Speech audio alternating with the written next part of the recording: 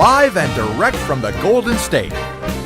It's intelligent talk media, the Denice Gary Show. Now, here's Denice Gary. Ladies and gentlemen, welcome to the Denice Gary Show, 5 days a week at 5 p.m. Pacific Standard Time. And here we go. I want to start off with what the report said from the Attorney General of the United States of America. And I have his summary report right here in my hand. It came out at the end of last week, and it says here that the special counsel, Robert Mueller, employed 19 lawyers who were assisted by a team of approximately 40 FBI agents, intelligence analysts, forensic accountants, and other professional staff.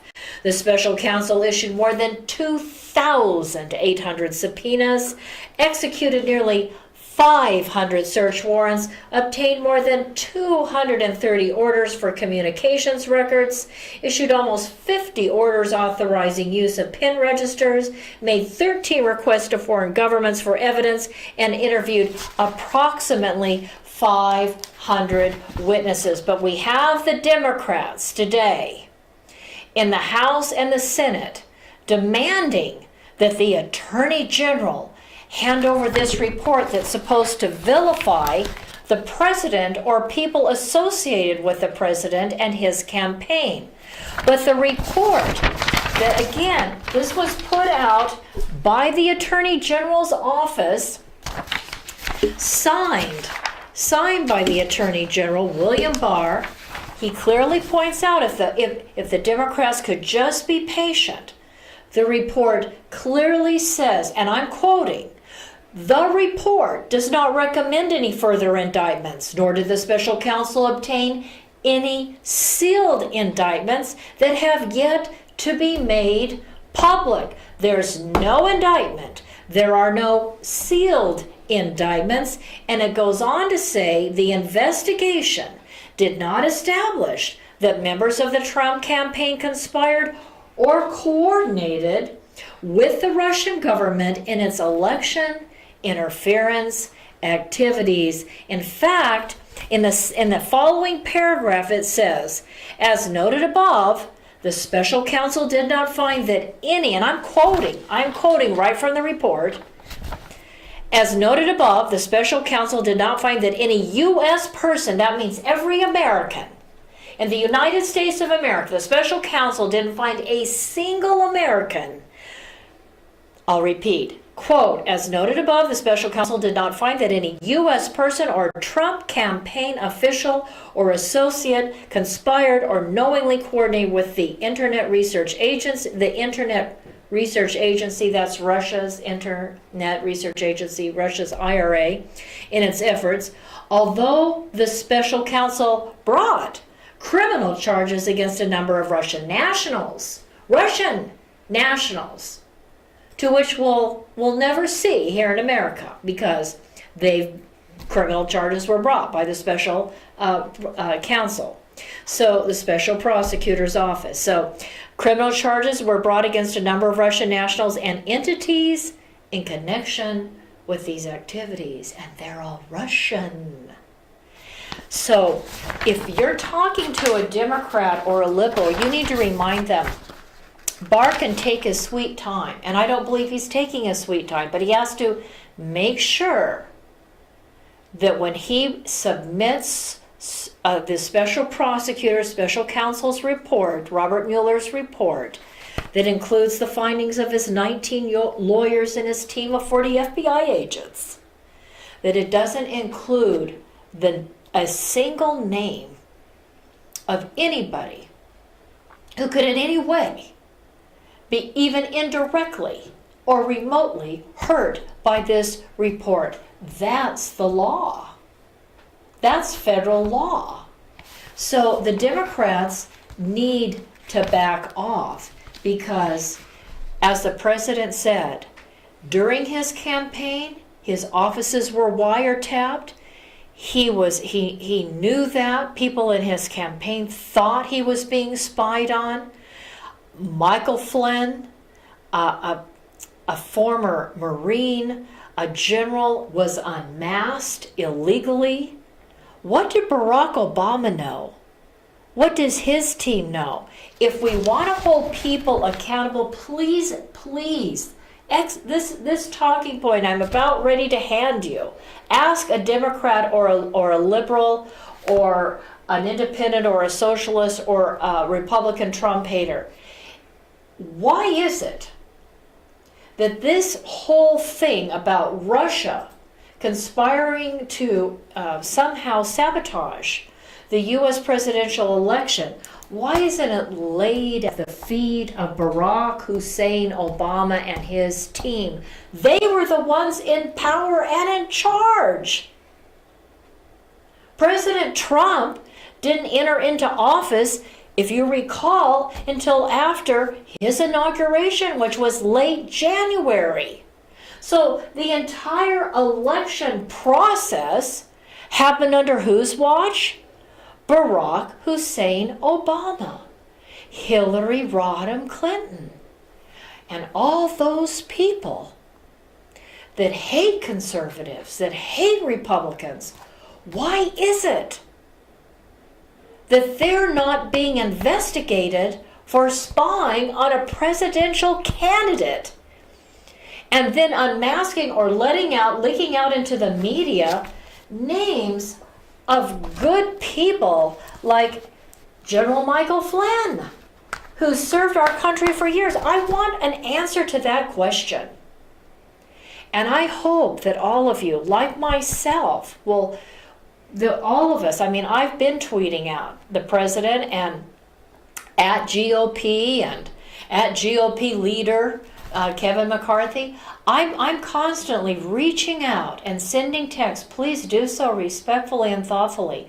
We would like to know why this entire investigation by special prosecutor, the special counsel, Robert Mueller, why he didn't investigate Barack Hussein Obama. Why not? They were in charge. They would be the ones, common sense tells me, would be held responsible. Right?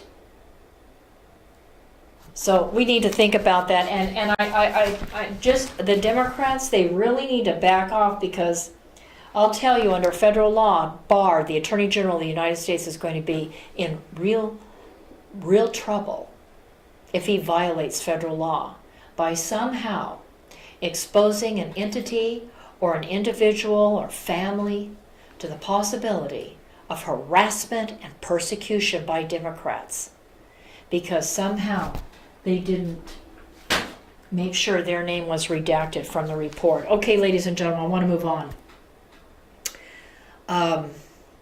Remind me, I want to make sure I talk about Abraham Lincoln and his Lincoln's Day of Fasting. I want to get to that, because this issue of going after the President of the United States for over 2.5 years is a big deal. And I want to address something we can all do. But first, before we do that, I want to go back to something we were talking about yesterday. And that was about the fact that Democrats are coming unglued over the fact that this president has said he's not going to keep giving aid to the Northern Triangle countries of Honduras and Guatemala, Honduras, and I just lost my El Salvador. Honduras, Guatemala, and El Salvador, the Northern Triangle states, thinking about just, he says he's going to withdraw aid. And I don't understand why leaders from those countries are calling our president, quote unquote, stupid. Who's stupid? Who's stupid? You can't get you, the president of El Salvador, you, the president of Guatemala, you, the president of Honduras, why can't you get your governments under control so they're working to the benefit of the people of your respective countries, so that they're all not trying to come to the United States of America, but they have a decent place to live and a job with a decent wage? Who's stupid? Why would the president keep giving you aid? I want you to listen to a clip, but before you do, I want to hear that. I want to hear the acting White House Chief of Staff, Mike Mulvaney, Kellyanne Conway, the president's attorney, and who else do we have on that? The governor, the president, and then the governor of Florida, Rick Scott. I want you to hear this clip by these individuals because they make a lot of good common sense. But before you do, I saw an image of a little girl, and she was covered. Her whole face, you just wanted to like clean her face. Her whole face and upper torso. It was a photo of a little girl, looked Latino to me, covered in chicken pox. And I thought, how does some idiot parent allow that to happen? As soon as she comes to the attention of American officials, she'll go right into a hospital immediately. She'll go right into a hospital, and we will, taxpayers here in the U.S., will pay for her total recovery. Total recovery. But when I saw that picture, I thought, who are her parents? Where are her parents? Is she being trafficked? Are human traffickers using her? Is some coyote, again Hispanic, the people that were coaching these people to call for asylum when the vast majority, like 99%, don't need asylum. They're just coming here looking for a better way of life. And God knows they need a better way of life. But they need to hold their own governments rather than run. They need to hold their own governments accountable. But when I see that little girl, I just think, where's Mexico? Why isn't that little girl in a hospital in Mexico? Why wasn't she in a hospital in Guatemala or Honduras or El Salvador? Speaks to a different way of life and irresponsible. You know, I think about the times I worked in different areas here in California.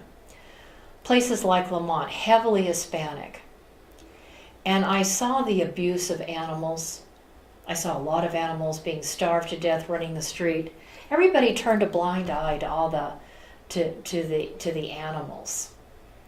I thought, what's that about? How easy it is to turn a blind eye to animals and then turn a blind eye to your children. How many parents have I talked to in this country that came here illegally and left their children behind?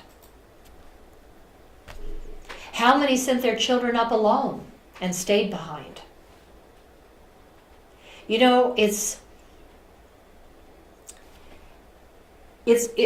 are important questions. I don't, you know what? You can call me a racist the whole damn day, but I'm not a racist for raising legitimate questions. These are concerns that I've noticed. These are concerns I've had from having conversations with people over the years. Because where I work, there are probably half the schools illegal, has come here illegally. And I hear all kinds of stories. I hear stories of people that have come in illegally and gotten some woman here in California pregnant and the baby's been left there at KMC. Because the woman is actually high on drugs and the man doesn't want to have anything to do with the baby because he's still got a family back down there in Mexico and he doesn't want them to know that now he has a new baby daughter. Lots of stories I've heard over the years. Awful things, ridiculous things, things about dog fights, things about chicken fights, horrible things I've heard. It's a different culture. It's a different way of life. Where were the vaccinations for children? We've got typhus in Los Angeles. We've got chicken pox and mumps in the United States. Some of them are because people here, American citizens, don't want to have vaccinations. I get that. A lot of stuff's being brought over across the border as well.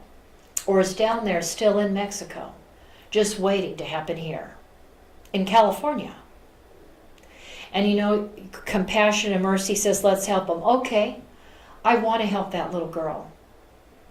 I want to help her so very much. I wish I could just immediately help her. But we have people down there at the border who do help, who provide water and food. We've begged the Mexican government, if you're going to keep letting people just come into your country, well, you need to feed them, you need to clothe them, you need to provide medical care. Why in the hell would we keep giving them aid? And I want you to play that clip. I want you to listen. You see what's happening to women. You see what's happening to children. It's a horrible situation, and Mexico could stop it right at their southern border.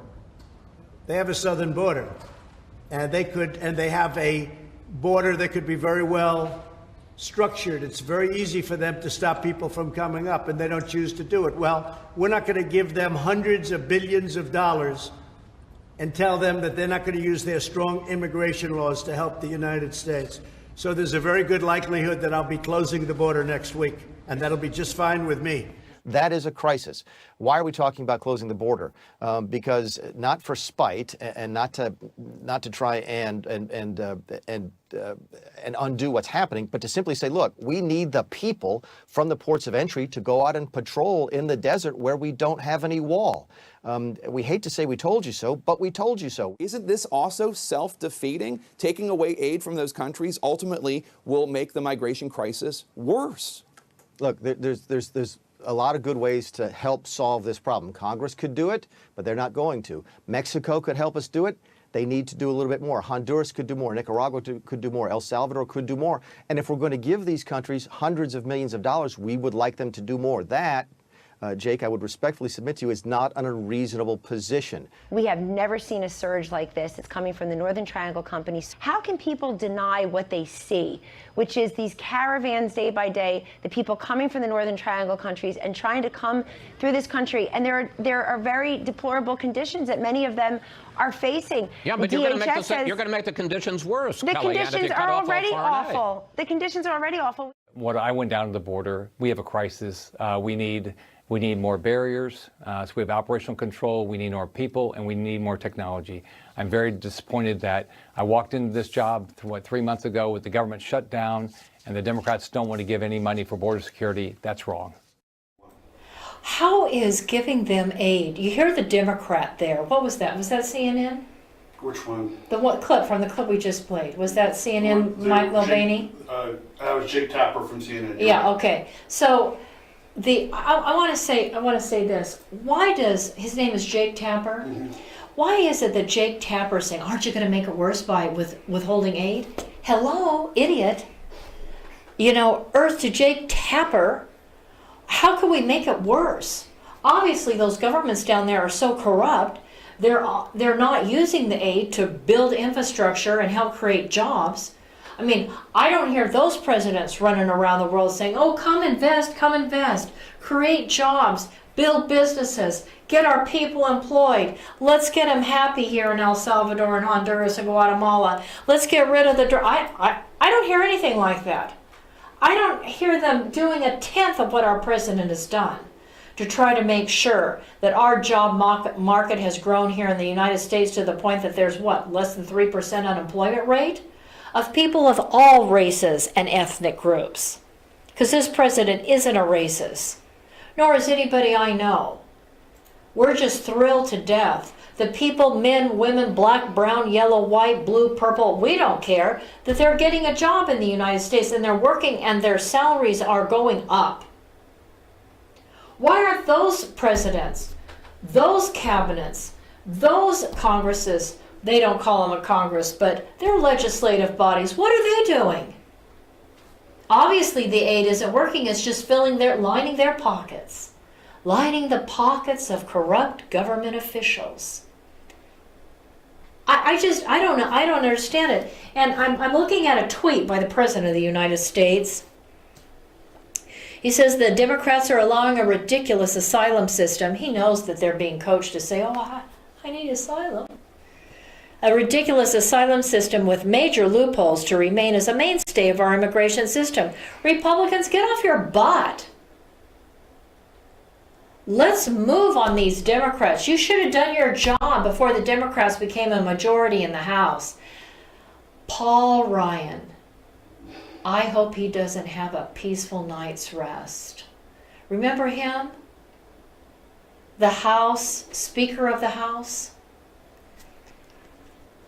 He should have gotten more done on this. Mexico is likewise doing nothing, President Trump says. A very bad combination for our country. Homeland Security is being so very nice, but not for long. We're going to close the border. I hope, President Trump, I hope you close the border. It says Mexico must use its very strong immigration laws to stop the many thousands of people trying to get into the USA. Our detention areas are maxed out. We don't have any more bed lefts. We can't take any more. We will take no more illegals. Next step is to close the border. This will also help us with stopping the drug flow from Mexico. You know, the hypocrisy of Democrats, doesn't it just burn you?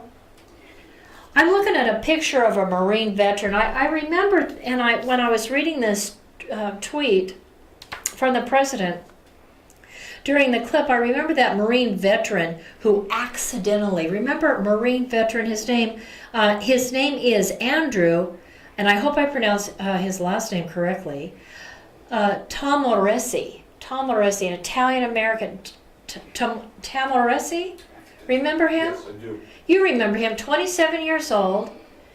He had been wounded in battle. I believe he had served in Afghanistan and or Iraq.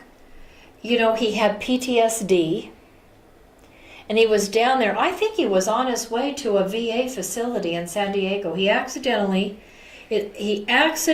crossed into Mexico.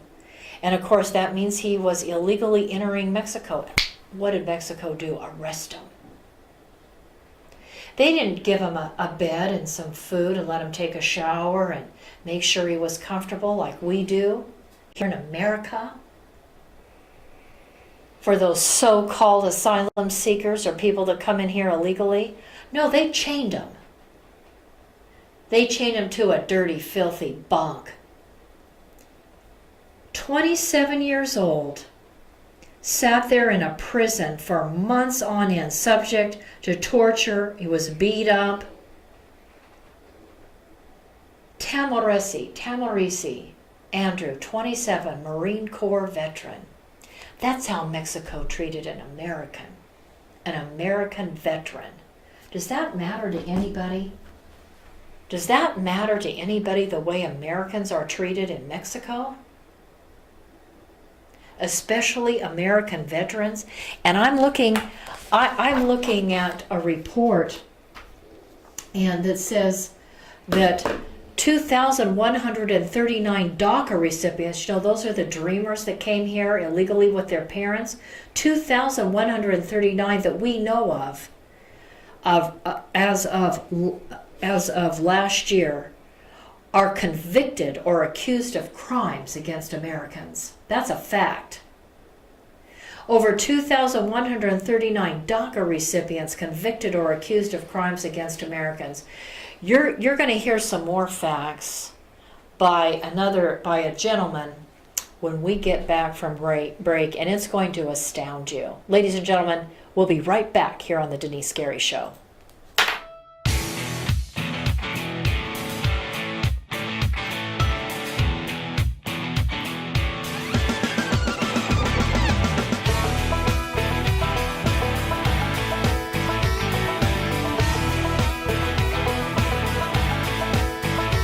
I want to tell you about a place I love to go, Frugatti's Italian Restaurant. Very few locations here provide seating outside in front of a fabulous water fountain with an atmosphere that is reminiscent to me of eating outdoors in Venice. This is real Italian food by real Italians. And what makes it even more so is owner Ralph Frugoletti, who nearly a quarter century ago brought a wood fire oven from Milan, Italy to make, like his mother, fresh homemade bread and pizzas. Moreover, Frugatti's Restaurant offers you not only the very best in Southern Italian cooking, even importing the finest ingredients for authentic Italian food, including a fitness menu. After all, Ralph has represented the United States and Italy, competing in the Master Championship Games. He knows all the right food for good fitness, so check out the menu. After today's broadcast, run over to Frugatti's Italian Restaurant and Catering at 600 Coffee Road here in Bakersfield. And after a Friday, Saturday, Saturday or Sunday service, stop into Frugati's for a great lunch. I'll see you there, and tell Mr. Ralph Frugaletti that Denice sent you.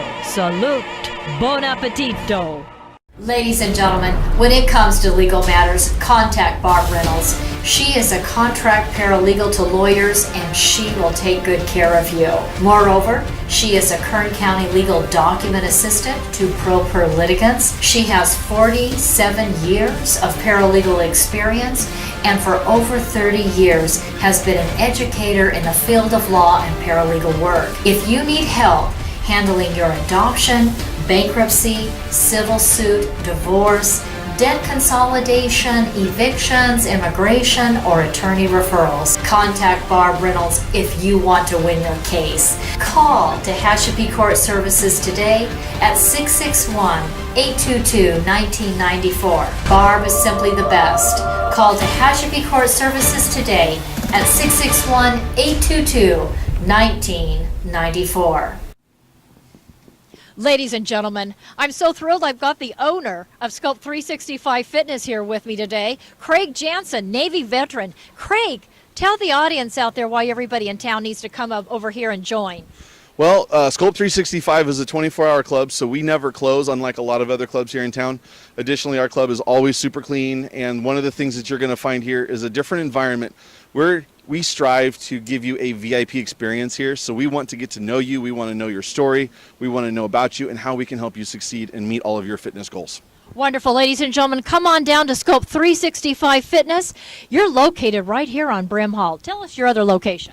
We have another location up in Tehachapi, and then our third location here in town is also located over on Chester and Columbus in the Food Mac Shopping Center. Thank you so much, Craig. You have a wonderful day. You too. Thank you.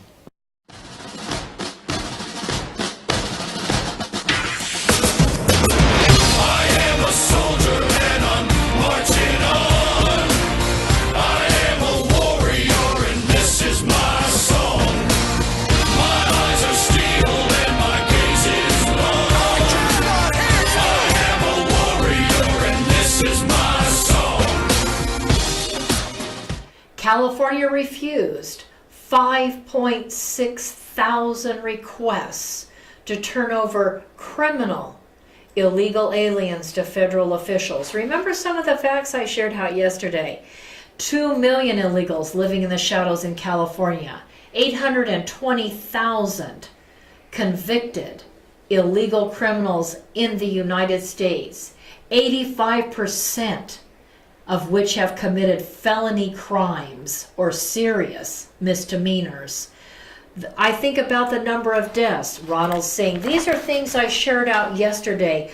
More than 7 in 10 California immigrant households are on welfare. Before the break, I shared out that 2,139 DACA recipients as of the end of last year are convicted of crimes against Americans. I want you to hear Charles Kirk. I just happened to run across this and I thought it was excellent, talking about facts, sovereignty, and the lack of fairness, which I've always said, I didn't understand why we gave people from Mexico or Central America a free pass and let them come in when there are other people, I mean countries that I've been to in Eastern Europe that are extremely poor. Places like Romania that are certainly as poor as Mexico, if not poorer. There are communities and countries where there's extreme suffering. Think about Bangladesh, where people would love to come here, but they can't just cross over here illegally.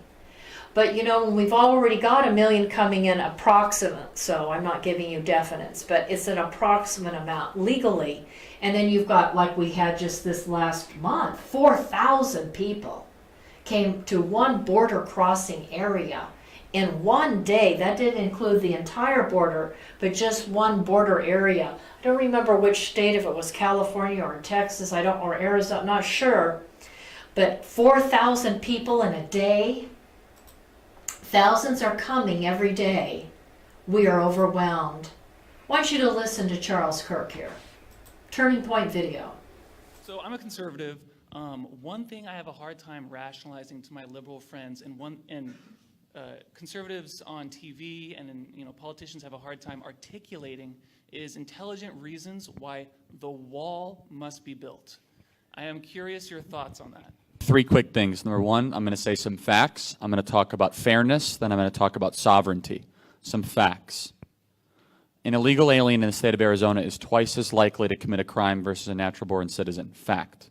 90% of all heroin and fentanyl come across the southern border. Fact. Over 10,000 kids are illegally sex trafficked across the southern border every single year. Fact. We have 56,000 illegal immigrants in our federal prison system. Fact. And countless in our state penitentiary system.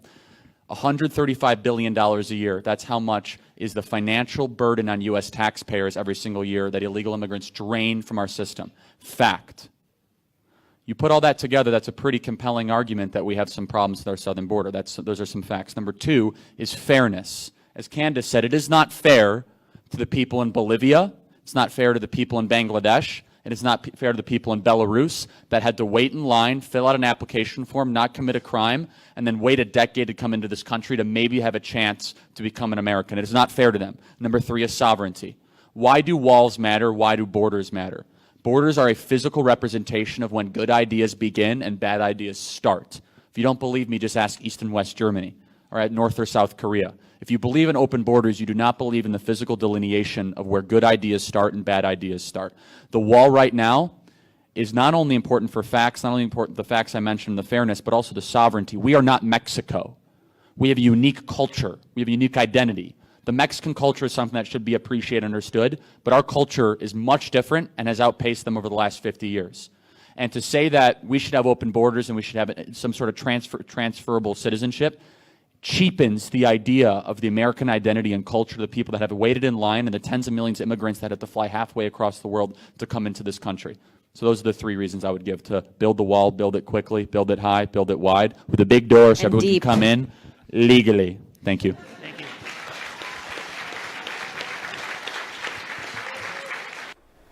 Build it deep. Candace, I believe that's Candace Owens, and she was talking about how the tunnels, how Hispanics, Latinos have worked with Islamic groups, terrorist groups, drug cartels, narco-terrorists to build tunnels from Mexico into the United States. So Islamic terrorists, as well as the drug cartels and the human traffickers, can shuffle things in and out of the United States, including people and children. But I thought his point about culture and the United States culture outpacing Mexico's culture and Central America's culture and South America, totally agree with that principle. And again, I talked to it earlier. Some of you might think it's racist. I just think it's factual. I don't see the same kind of equality between men and women in that culture, in the Hispanic culture. I see a lot.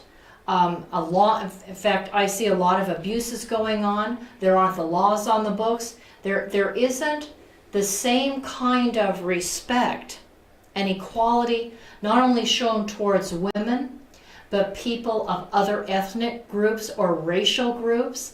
I don't see the same kind of safeguards for children against child abuse and molestation. There aren't the laws in place with regards to protecting animals that are helpless and vulnerable. So there's a lot of different issues with respect to where we are as a nation, as a people, the American people that have come from countries around the world and have assimilated and embraced our culture, which, going back to the Declaration of Independence, we address the issue of equality, that all men are created equal. And I just would call your attention just to those three issues: equality between men and women, and the kinds of protections against abuse for women and children and animals. I think is really something that needs to be looked at. And then, of course, with respect to the wall and the need for the wall and the need for protections, we've got Islamic terrorists and also Muslim refugees that we all felt sorry for, and I get that. But we've got to step back, because they also bring in all their anti-Semitism. and anti-Christian attitudes. I mean, Ilhan Omar has referred to the United States of America as an abusive country. You know, she was a refugee in Kenya, a Muslim-dominant country from which the United States was providing U.S. aid to feed those refugees in Kenya, to help Kenyans, Muslim and Christian, and any other kind of ideology they embraced. I mean, we were helping the Kenyan people. I helped a Kenyan woman that was here, pulled together clothes and blankets and shoes, and tried to help her when she went back to Kenya because she wanted to help address the homeless children that live on the streets of Kenya. There's such a mess over there. You know, and Democrats say, oh, it's terrible that the president called them whole countries. And I'm thinking, okay, well, let's see. Children have diseases and are sick and are living on the street. That is devastating to me. That's why I went to Romania, to try to help with the street children, the orphan children there. I wish I had the resources and time. Every year I would just pick a different country and go. But I don't. But at that time I was married and I had the resources and I had the time and I could do that. And but I'm just saying, you know, you could do it. Pick a country. Pick a Muslim-dominant country and look at the children on the street. Go to Egypt. I've been to Egypt. The Muslim children will push the Christian little children out of the way when they're reaching for money and food and whatever else is being handed to them. The little Christian children can get beat up and persecuted because they're the little Christian children living on the street and are abused. There's a lot of problems. And yes, I do think our culture is advanced. We don't have children living on the street, and if we do, they don't need to be. Because we have places for them to go.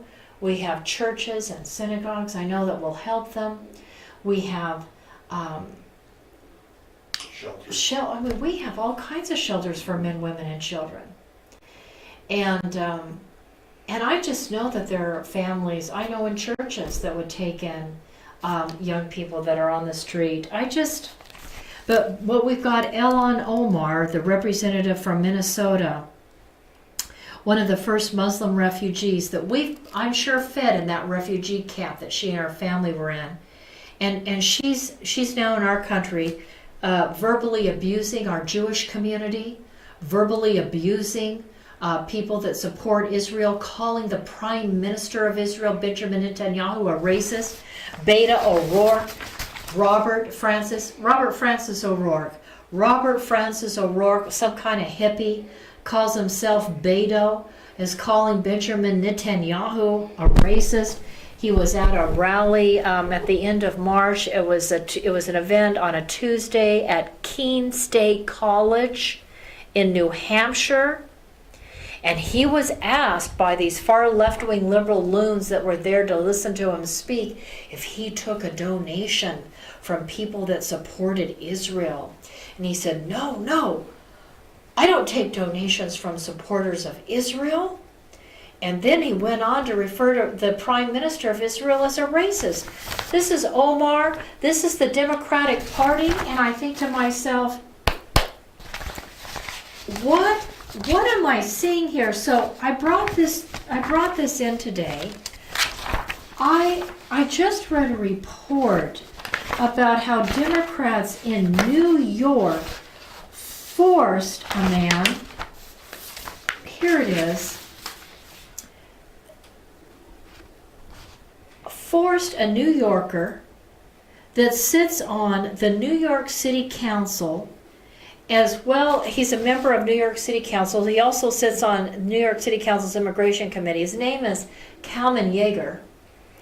And yesterday, he was kicked off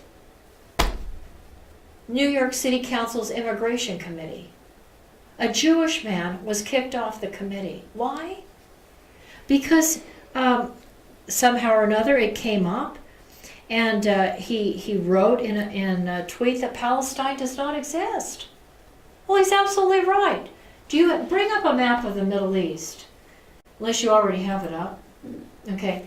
I want you to look at a map of the Middle East. I mean, I'm a Middle East expert, right? Went to grad school, have my master's degree in international relations, Middle Eastern affairs as part of the academic discipline we call political science. You always have to have, political scientists know you have to be able to prove things, right? Always, there's got to be evidence. And you want to have evidence from more than just one source. So I asked my producer, I said, bring up a map. And I looked at a bunch of maps. I thought this was a nice map for all of you because it's colorful. You have it up yet? Yeah. Okay, great. So look on the map for something called a nation state called Palestine. You're not going to see it. Let me ask you a question, ladies and gentlemen.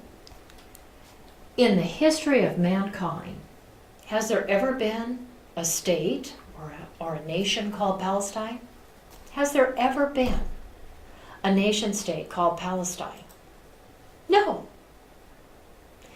You can look at the biblical text. It refers to a Palestinian territory. That's because the Romans, when they wiped out, or tried to, they weren't successful. But they tried to wipe out, massacre every Jewish man, woman, and child. That's where the word Masada complex comes from. They couldn't kill them or starve them. They tried to burn them alive. Anyway, during the Roman Empire, after the death of Christ, in 70 AD or CE, Common Era, the temple was destroyed there in Jerusalem. Later, the Muslims would put a mosque there. It's called on the Temple Mount, and you see it today. You see the mosques there. The Muslims did that deliberately to send a message to the Jewish people. We're superior, we're dominant, and look what we've got now. We've got the Dome of the Rock right there where the temple once stood. Anyway, there never was there a state called Palestine. Who are the Palestinians?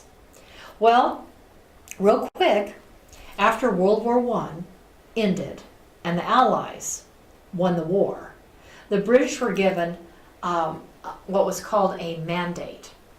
While it was going to be talked about and decided what was going to happen to this territory that used to belong to the Turks. Remember the Turks? It's called the Ottoman Empire. For 500 years they controlled most of the Middle East. And of course, what is today Turkey? The Ottoman Empire. 500 years. And of course, Jews that lived in the Ottoman Empire and in Muslim areas where Arabs were in control, there weren't nation states, there was often tremendous persecution. And don't tell me there wasn't. If you don't know anything about history because you haven't studied your history. And there are lots of books. I'll be happy to bring them in if you want to send me an email at the DeniceGaryShow@gmail.com. The Denice, DENICE, the DeniceGaryShow@gmail.com. There's a host of well-documented research books by Middle Eastern experts that can, give you the FYI on that. But the bottom line is, when the Arab Muslims decided that there would be job opportunities, an opportunity to make money when the British took over after the Turks, many Arabs came illegally into what was then called the Palestine Mandate. And these quote-unquote Palestinians are people that came out of the deserts, out of the Arabian desert, out of Mesopotamia, which is now Iraq, out of Assyria, which is now Syria, which is actually once was part of what was the Jewish state, part of Lebanon, which became controlled by the French, and which actually there's a part of Lebanon today that was part of historic Israel, and Egypt, part of which was historic Israel, including the Sinai Peninsula. But anyway, during this mandate period, there was this territory, and the Jews were supposed to get Judea and Samaria and what is Israel today. But instead, in the end, the Jewish people, after the Holocaust, only got what is today Israel. Because the British decided to break their word to the Jewish people and to give to the Arabs, under the tribal leadership of the Hashemite clan, a place called Jordan. what used to be called Transjordan. So the British took out of that mandate a territory they called Palestine because that was the term the Romans used after they destroyed the Jewish presence there. They created a place called Transjordan, which is east of the Jordan River there. So Israel, and then you have the Jordan. And so, but what happened was when the Arab tribes were able to take over what was called then the Transjordan in the 1920s, the majority of those people were also considered quote unquote Palestinians. Jordan is a majority Palestinian state because the term, the Palestinian Mandate. Now let me tell you something else. That has nothing to do with an ethnic group.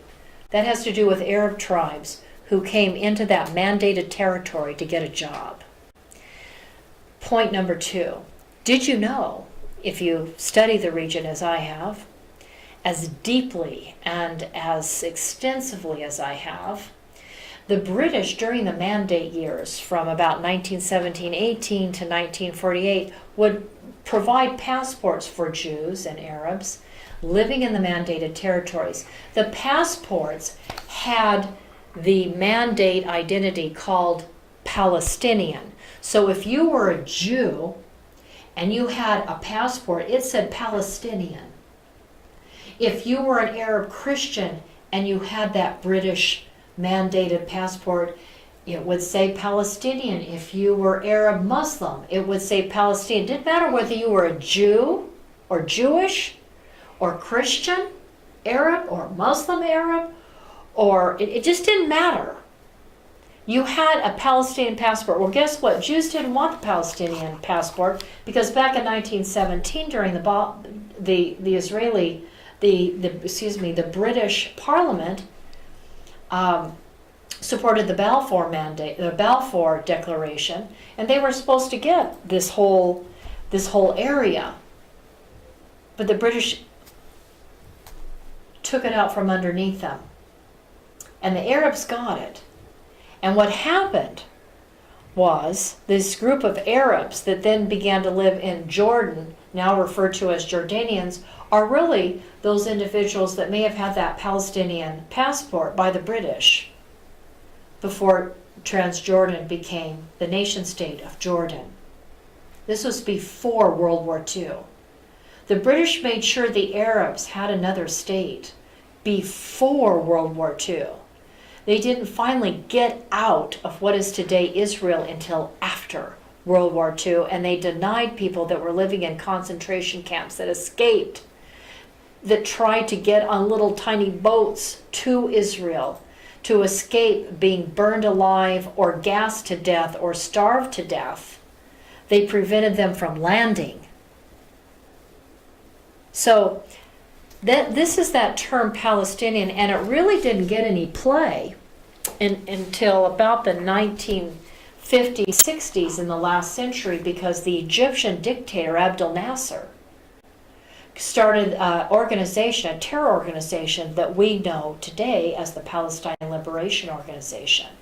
And he put an engineering student by the name of Yasser Arafat in charge.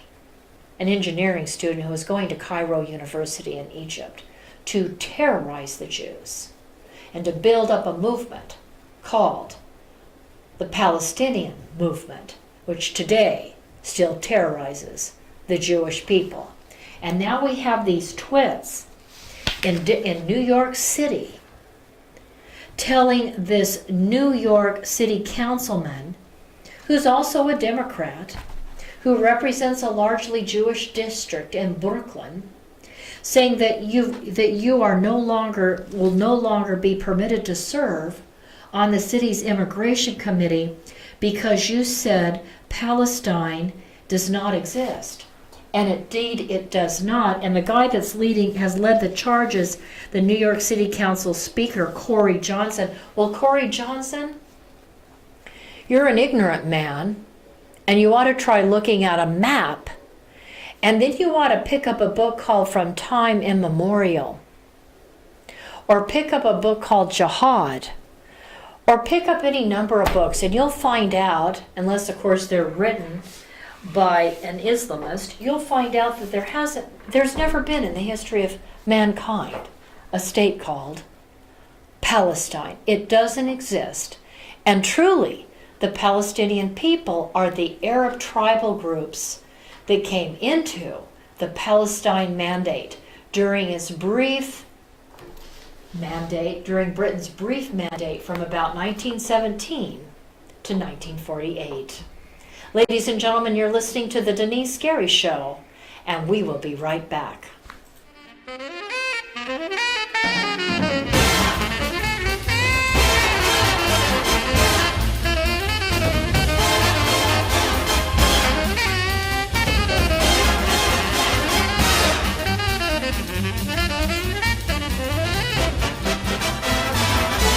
Trump has correctly stated that economic security is national security. And in the Tehachapi Mountains of Kern County resides a United States defense contractor, Anates Products. Here is the Silicon Valley of the aerospace industry, right here in East Kern. Anates Products is a forward-leaning manufacturer and distributor of hardware sold to major defense and aerospace companies. We're talking about Boeing, Lockheed Martin, United Technologies, Northrop Grumman, Raytheon General Electric, and on the list goes, as well as to every United States ally worldwide, including Israel, America's most important strategic ally in the Middle East. And for everything that flies, Anates Products is providing the parts. And with me today is the president of Anates Products, Scott Baker. Hi, Scott. How you doing? Scott, tell us why you believe this corner of Kern County is the hub of the aerospace industry. Well, this portion of Southern California here out in the Antelope Valley, it contains, some of the most cutting-edge technology going on in aviation today. We have some of the UCAS programs with unmanned technologies going on. We have Edwards Air Force Base out here who's doing continual testing in their area. We have the Naval Weapons Station up there at China Lake doing some fantastic cutting-edge stuff, cruise missile technology, and those things are going on. We have Scale Composites locally doing a lot of composite technology, which is new. We have SpaceX, which is a private one private entity putting things into space now. This area is the growth center for aviation's future, and this is the area I think that as a nation we need to be concentrating some of our effort and taking this technology. And as we all know, with the space program from Apollo years ago, out of these technologies, we the private sector are going to reap some of the benefits of that. Thank you, Scott. Ladies and gentlemen, Scott Baker, president of Anates Products. Anates Products, located in the beautiful mountains of Tehachapi, California, in eastern Kern County, is home to some of the most innovative and specialized technologies in the world, including those at the U.S. Naval Air Warfare Center, Weapons Division at China Lake, Edwards Air Force Base, as well as Stratolaunch, launching satellites capable of delivering multiple orbits in a single flight to space. And it is Anates Products that has provided the manufactured devices. And the president, Scott Baker of Anates Products, Marine Corps veteran, reactivated on 9/11 to monitor threats to the homeland, is carrying on a tradition of providing for the security of the United States by manufacturing every kind of fastener on anything that flies, as well as providing a full testing destructive laboratory. Contact Anates Products, now in business for 30 years, at 661-822-6873. Located at 1314 Goodrich Drive in Tehachapi for your manufacturing and testing needs today.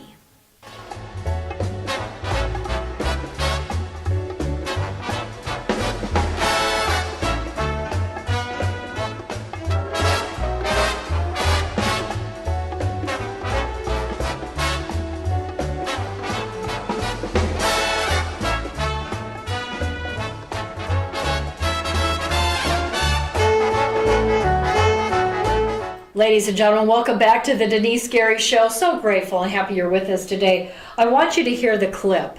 I want you to hear this Corey Johnson, who said, quote, "If you're asking my personal opinion, yeah, I think someone who has the ability to say that about Palestinian people, by definition, should not be on the immigration committee."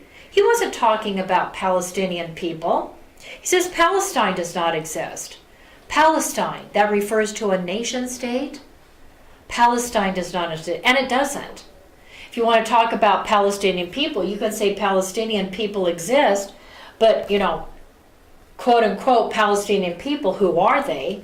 They're Arabs from the Arab tribes that have taken on that identity to promote a cause, i.e. the genocide of the state of Israel.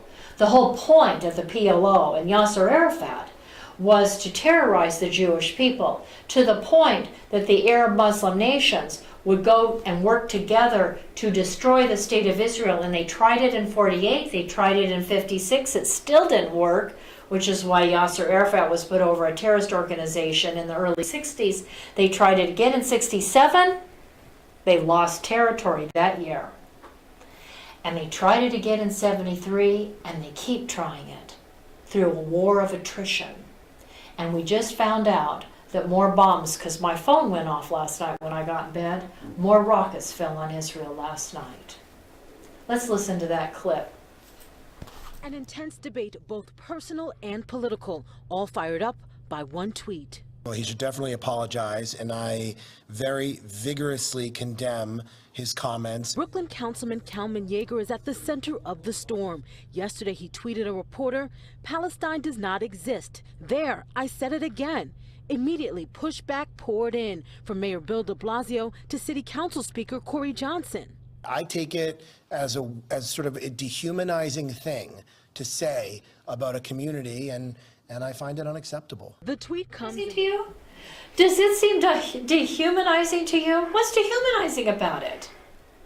Okay, Palestinian people are the same people that are living in Saudi Arabia or in Egypt or Iraq or Oman or Bahrain or Kuwait or Qatar or what am I leaving out? Syria, Lebanon. These are all Arab countries that were established after the collapse of the Ottoman Empire. Hey, the Turks lost in World War I, remember? The Muslims were fighting with the Germans. And the British says, okay, we want to knock the Turks out. So the British helped the Arab tribes fight against the Turks in the deserts of the Middle East. And those Arab tribesmen and women, some of them went to the mandated territory by the British, hoping to get some kind of work. And a lot of it was illegal. And it was to be to the Jewish people, because after all, at the League of Nations and at the tribunals they had, they gave the whole Middle East to the Muslims, to the Arabs. Look at a map. How many Muslim Arab states are there? How many Jewish states are there in the world today? One. So, you know, I think about the anti-Semitism. There was another report from a Virginia school district, and I can't go into it, but I'm going to go into it tomorrow. I'll save it for tomorrow. This is unbelievable, this anti-Semitic piece of art from a public school that's being celebrated by individuals. It's unbelievable to me. You know what? I'm thinking about Abraham Lincoln right now as I close out this show. During the Civil War, on March 30th, 1863, Abraham Lincoln proclaimed a national day of humiliation, fasting, and prayer. That's what Abraham Lincoln called it, quote. A national day of humiliation, fasting, and prayer. The President of the United States, Abraham Lincoln, called for that on March 30th, 1863, and he said, quote, whereas the Senate of the United States devoutly recognizing the supreme authority and just government of Almighty God and all the affairs of men and nations, has by resolution, talking about the Senate of the United States, has by resolution requested the President to designate and set apart a day of national prayer and humiliation. And it goes on, but I wanted to pick up here. So he said, and I do hereby request, I'm quoting President Abraham Lincoln, the late President Abraham Lincoln, and I do hereby request all the people to abstain on that day from their ordinary secular pursuits and to unite at their several places of public worship and their respective homes in keeping the day holy to the Lord and devoted to the humble discharge of the religious duties proper to that solemn occasion. Shows a picture of soldiers kneeling outside. I'm assuming it's a church, it could be a synagogue, I don't know, kneeling and praying. And President Lincoln went on to say, all this being done in sincerity and truth, let us then rest humbly in the hope authorized by the divine teachings, referring to the Holy Scriptures, that the united cry of the nation will be heard on high and answered with blessing no less than the pardon of our national sins and the restoration of our now divided and suffering country to its former happy condition of unity and peace. The President Abraham Lincoln, calling for unity and peace, calling for a national day of humiliation and prayer and fasting. You know, it reminds me of President Trump, who over and over and over again, every opportunity he has, in his State of the Union messages, in public speeches, he's called for the unity of the American people. Check it out. Check out the speeches by President Trump. I listened to every one. He calls for unity. He calls for peace. He calls for all Americans, regardless of race or ethnicity, to come together as one people. It's called assimilation, not multiculturalism. It's about coming together as one, not creating division and diversity. It's coming together as one through assimilation. Working together, praying together as individuals, not as tribes, not as groups, but as individuals who have individual freedom and need to have respect for individual rights, even though they may disagree with the values of people like Ilhan Omar and Democrats. People need to be respected. And this constant fighting and violence against Christians and Jews and conservative Republicans, it's evil and it's wrong, and it's time that we really pray for the United States of America. Ladies and gentlemen, thank you for listening to the Denice Scary Show. As I sign off today, I want to remind everybody about April 7th. This is a Sunday from 11 a.m. to 3 p.m. on 17th Street, 600 17th Street. The Jewish community is having a food festival that's going to include Israeli dancing, wine tasting, live music, and again, food. And I hope that you'll all turn out and support the Jewish community. Also, on April 9th, so if the 7th is a Sunday, the 9th is a Tuesday, at 11:30 a.m., the Bakersfield Republican Women Federated is having the new California GOP chairwoman, Jessica Milan Patterson, speak. And I hope that all of us will be there. I hope to be there and support the new GOP chairman for the Republican Party here in California. We need to be supportive of her. We need to be supportive of our efforts. I know some people feel that she's establishment. They don't feel she's conservative enough. Doesn't matter. We've got to work together as a team. We've got to pull together if we want to get this state turned around for the good. And so I guess I'll leave it on that note. And thank you again for listening. Please share this show out with everyone you know. Send it to their Facebook page. I'll share it to friends and family's Facebook page. Share it to entities, companies. Send it to television stations. Let's spread the word. Let's educate and inform people, ladies and gentlemen. Thank you. Thank you. I cannot do it all by myself. In fact, I've got to pack it all up and run to a class I've got to teach tonight. So I need your help. So please, please help me. Share this show out. Let's up the numbers of the listenership on this broadcast. Tell people, hey, you don't like Facebook? No problem. Go to her YouTube channel, The Denice Scary Show. DENICE, Gary, Gary. The Denice Scary Show, right there on my YouTube channel. Listen on iTunes. Listen on SoundCloud. Ladies and gentlemen, thank you for listening. Hopefully, God willing, we'll be right back tomorrow, Wednesday. Have a great evening. God bless.